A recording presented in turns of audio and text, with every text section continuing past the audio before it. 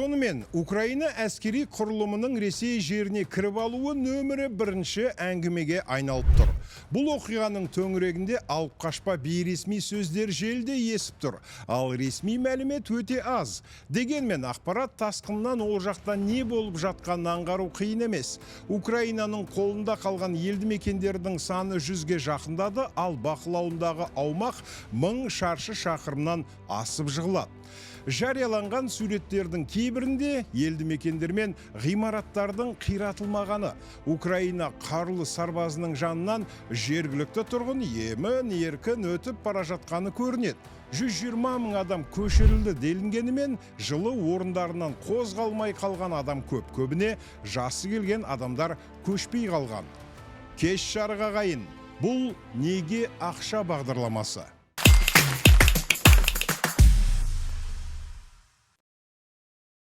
Бір деректерде Ресей билігі тарапы 2000-нан аса адамның қайда кеткені белгісіз дегенді айтады.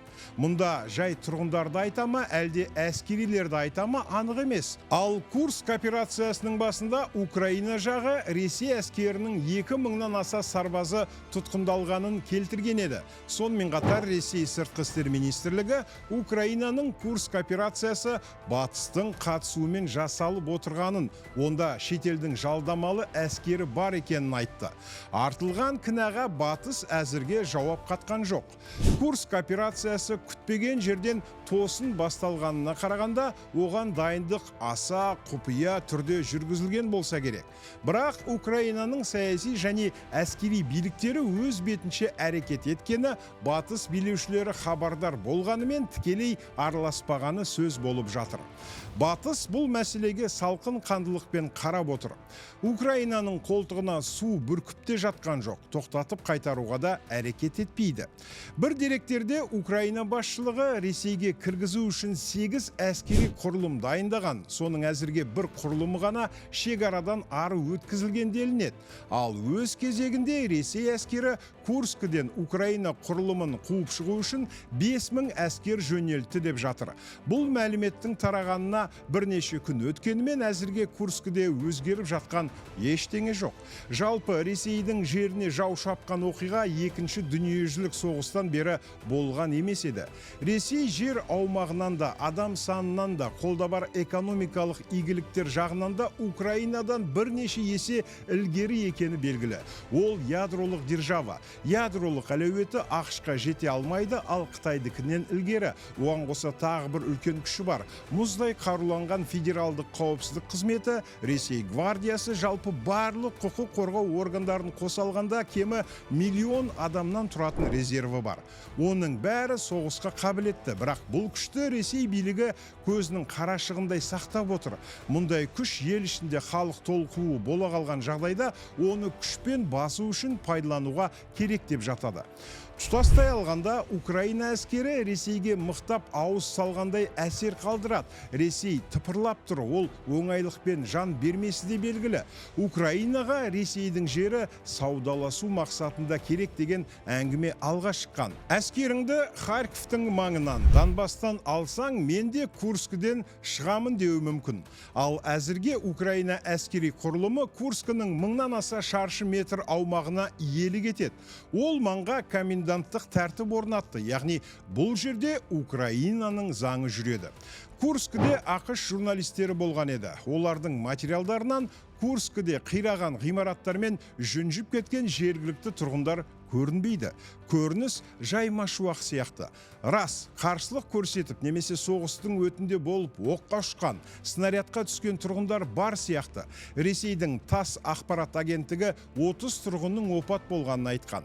Бір айтарлығы, Курск облысының басшылығы тарапынан да, халқы тарапынан да Украина әскеріне қарсы аумақтық қорғаныс ұйымдастырылмаған болса керек. Тұрғындардың жиылып қарсы тұруы, елге қару тарату, молотов коктейлі атылған жарылыс қаруын дайындау, жолдарға тосқауыл қою сияқты әрекет байқалмады. Жалпы Украина билігі өзі иемденіп тұрған және алдағы күнде тағы да бақылауына қосатын Ресей жерінде референдум жүргізіп, территорияны өзіне заңдастырып алса да болады, бірақ Украина ондайға бармайды. Себебі Украинаға Ресейдің жері керек емес, оған өзінің жері мен халқын қайтарып алу ғана керек. Курскідегі ахуалға байланысты Ресей билігі жарытымды мәлімдеме жасап жатқан жоқ. Мұны айтып, халқының құлағын шулатқысы келмейтін сияқты. Ресей басшысының өзі бұл оқиға туралы сөзді енжарлықпен әрең айтады. Украина әскерінің Курскіге кіргеніне 3-ші апта болса да, Ресей басшысы толыққанды мәлімдеме жасаған жоқ. Ол соғысқа қатысы жоқ істермен Кабардин-Балқар жеріне Әзербайжанға сапарлады. Курскіні маңайлаған жоқ.